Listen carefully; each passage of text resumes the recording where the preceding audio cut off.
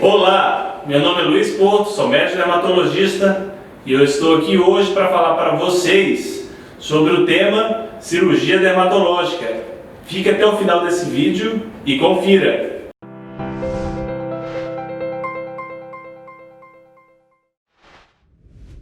A cirurgia dermatológica ela é um tipo de cirurgia na pele, cabelos e nas unhas.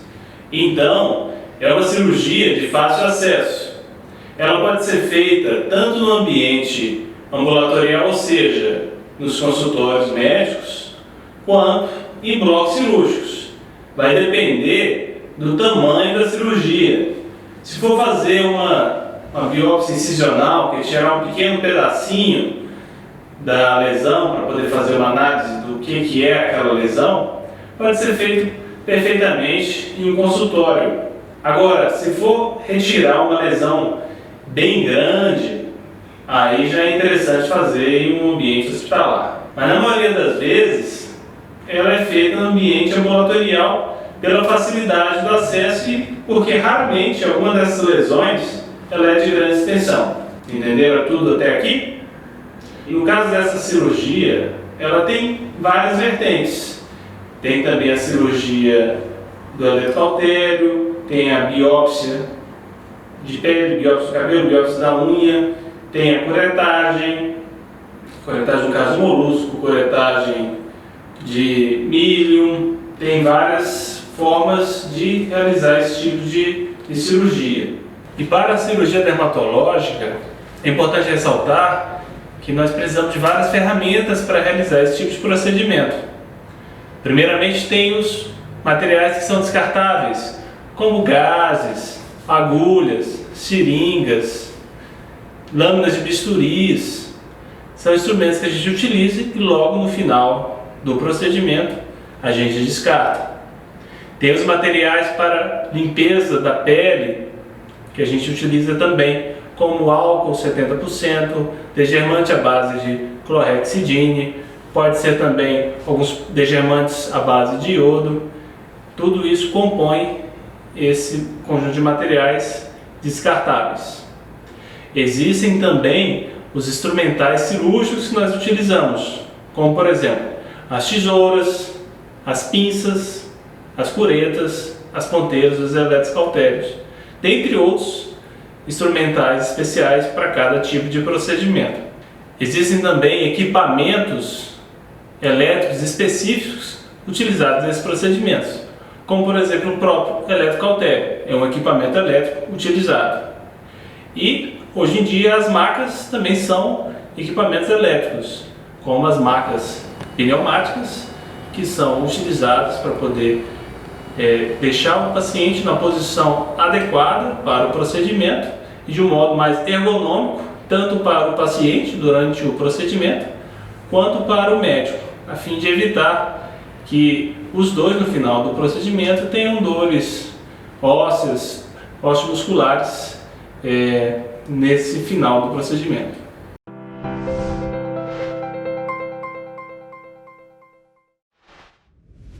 O que geralmente os pacientes me perguntam quando eu falo que eles precisam fazer algum procedimento dermatológico cirúrgico é como que é a preparação para o procedimento, como que é durante o procedimento e como que é após o procedimento. Isso é muito particular, depende do procedimento. Mas eu vou fazer aqui algumas orientações genéricas.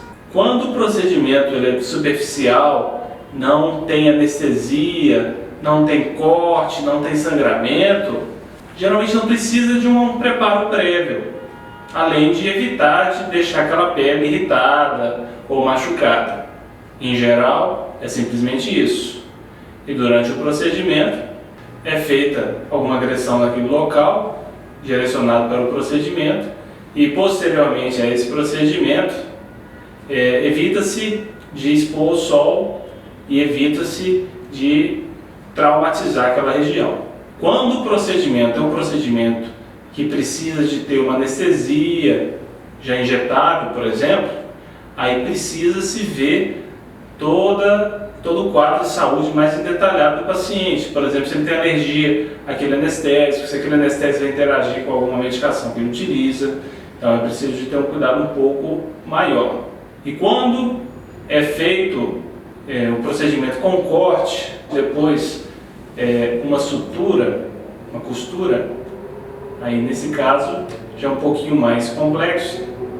Então tem que saber quais medicações que o paciente usa, se aquela medicação ela causa sangramento, se não causa, porque isso tudo influencia no ato da cirurgia, né? Se aquela cirurgia é grande, se aquela cirurgia é pequena, tudo isso tem uma certa influência. E após a cirurgia, geralmente, evita-se uma atividade física porque pode sangrar. Então, essas são orientações genéricas após esse procedimento de cirurgia dermatológica.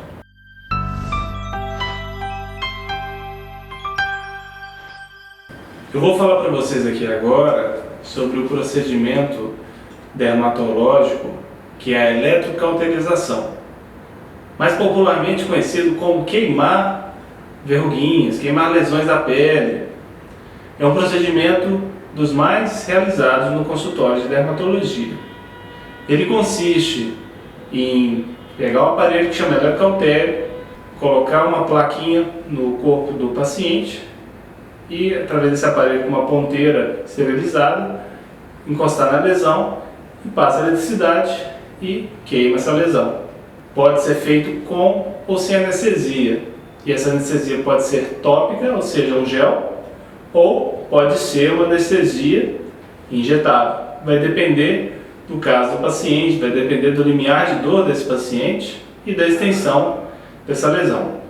Esse procedimento é muito bem tolerado e o paciente precisa evitar exposição solar, principalmente nos primeiros 10 dias. Lógico que a cicatrização completa só acontece plenamente depois de alguns meses, mas os primeiros 10 dias são período crítico.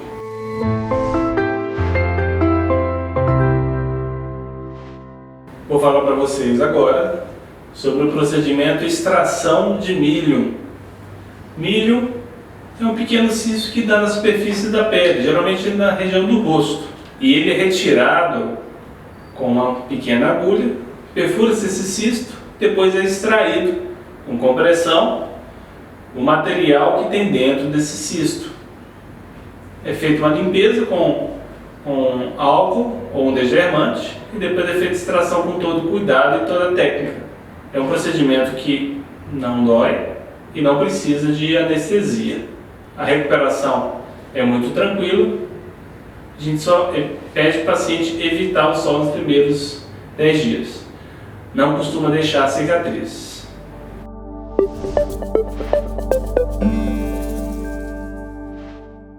Eu vou falar para vocês agora sobre a extração do molusco contagioso.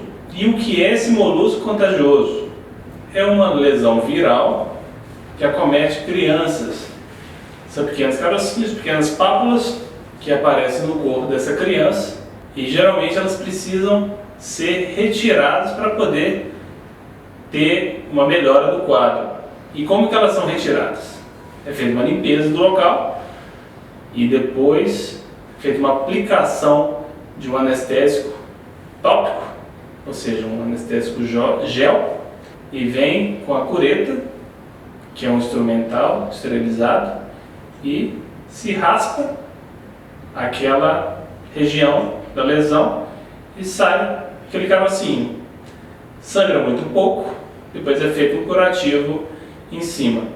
Geralmente não fica cicatriz. O ideal é que o paciente não pegue sol e evite de coçar no local. Não existe nenhum preparo prévio, além da aplicação desse anestésico tópico, cerca de meia hora a 1 hora antes do procedimento.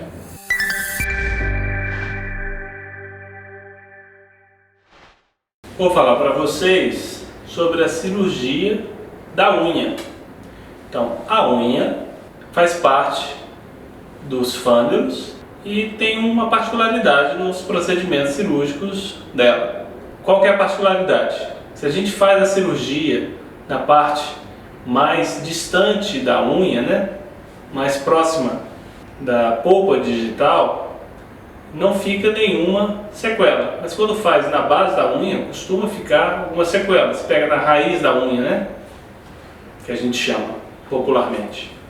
Então, o ideal é que só faça essa cirurgia nessa parte onde tem o nascimento da unha, quando for extremamente essencial.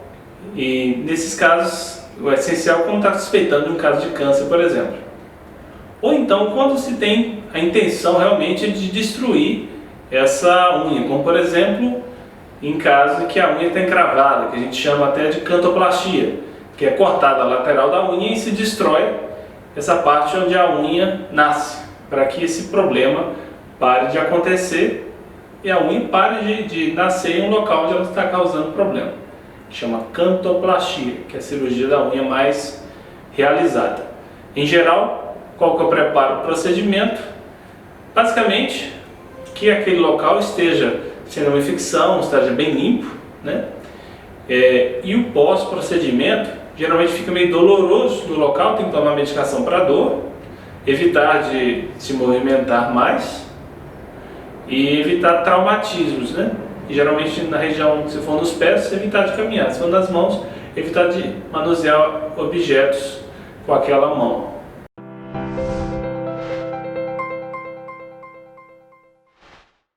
Vou falar para você aqui agora sobre a cirurgia no couro cabeludo. Bem, o couro cabeludo tem a particularidade dos pelos. Então, dependendo da área onde for feita, tem essa dificuldade do acesso ao local. Pode ser necessário cortar parte do pelo para poder fazer o acesso ao local, para cortar a pele, ou então se rebate esse cabelo colocando uma touca e depois cola com uma fita adesiva próximo para o fio ao lado não atrapalhar tanto esse acesso, mas sempre é viável, né, para as mulheres com cabelo mais longo. A gente consegue prender o cabelo e ter um acesso muito fácil. Quando é dos homens, o cabelo mais curto, que costuma ter um pouco mais de trabalho. O problema maior um pouco é quando vai fazer o curativo, porque tem essa dificuldade de limpeza do local por causa dos pelos. Mas nada mais é biópsia do couro cabeludo do que a biópsia da pele, de uma pele onde tem esse pelo. Mas as doenças do couro cabeludo são diferentes das doenças da pele. Então, os tipos de biópsia são focados de modo diferente dos da pele.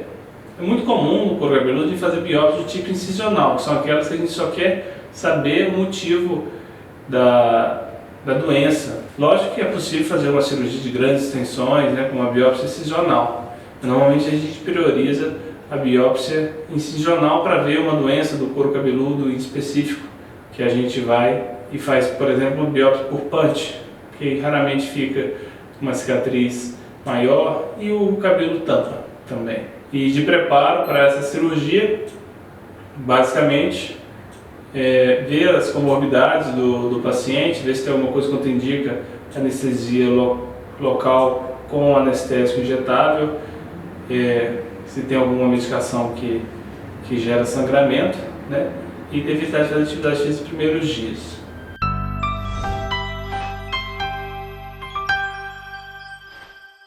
Vou falar para vocês agora sobre a cirurgia da pele, a biópsia dessa pele. A biópsia da pele ela tem dois tipos, a biópsia incisional e a excisional. Essa incisional tira um pedaço bem pequenininho, simplesmente para esclarecer qual é o tipo de doença daquela pele. Então é um corte minúsculo, dá no máximo 2 pontos. Esse tipo de corte é muito tranquilo. Aí não precisa se preocupar, não precisa ficar achando que vai ficar uma cicatriz grande. Então é muito fácil a recuperação. Já a excisional, que retira a lesão toda, aí vai depender da extensão dessa lesão. Vai ter que tirar a lesão toda, né? Essa lesão de 1 centímetro vai tirar de 1 centímetro, de 2 centímetros, de 3, de 10, vai depender. De um modo geral, cirurgias de pele são feitas em ambiente ambulatorial, de consultório, numa clínica. Não precisa de um hospital, a não ser que sejam em locais muito nobres, em face, uma área muito grande, que vai fazer um retalho, sangre muito, aí sim vai para o hospital. Raramente isso é necessário. Ou, por exemplo, um transplante capilar, um tipo de cirurgia dermatológica também. Fora isso, a maioria das vezes faz em ambiente de clínica, de ambulatório. E qual que é o preparo para esse tipo de procedimento? A pessoa, na pele, o ideal é que ela esteja sem nenhum machucado no local, para evitar infecções prévias ao procedimento. Com relação a medicações, tem que ver se aquele paciente usa alguma medicação que atrapalhe aquele procedimento. Por quê? Aquele procedimento ele vai ter uma anestesia injetável. Tem que ver se vai ter se aquele paciente tem alguma contraindicação com uma medicação bem injetável. Ver inclusive se tem alergia ao anestésico. Ver se tem uma medicação que faz sangrar em maior quantidade. Saber se vale a pena fazer aquela cirurgia com aquele medicamento que causa sangramento, como um anticoagulante, uma AS, uma varfarina, por exemplo, ou um Xarelto, ou se suspende aquela medicação antes do procedimento. Aí esse procedimento é feito, sangra um pouco, mas totalmente tolerável, controlado, é dado ponto. Esse ponto pode ser um ponto absorvível, que é aquele que cai sozinho, ou pode ser um ponto que não é absorvido, que tem que voltar no consultório para retirar, ou ir no posto de saúde para retirar depois. Geralmente, cirurgia em face, em torno de 7 dias. Cirurgia no corpo, no tronco, nos braços, pernas, em torno de 14 dias. Vai depender do tipo da cirurgia, vai depender da experiência do médico que está lidando, da forma que foi feita. Então, aí tem que perguntar em cada caso da cirurgia. E no pós-cirúrgico, o ideal é que não faça atividade física nos primeiros 5, 10 dias, por exemplo. Primeiro, que pode sangrar. Segundo, porque aqueles pontos podem abrir. E terceiro, porque a cicatrização pode ficar ruim. Aí aquela cicatriz fica feia.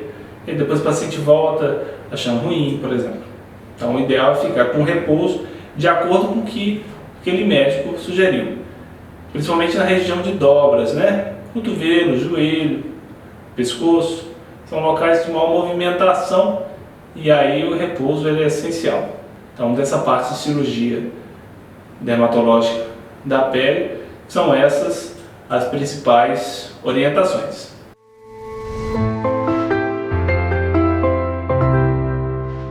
Vou falar para você aqui agora sobre a aplicação de corticóide intralesional, que é muito utilizado nos casos em que há uma cicatriz hipertrófica ou um queloide, ou também é utilizado em casos de queda de cabelo na doença de alopecia areata.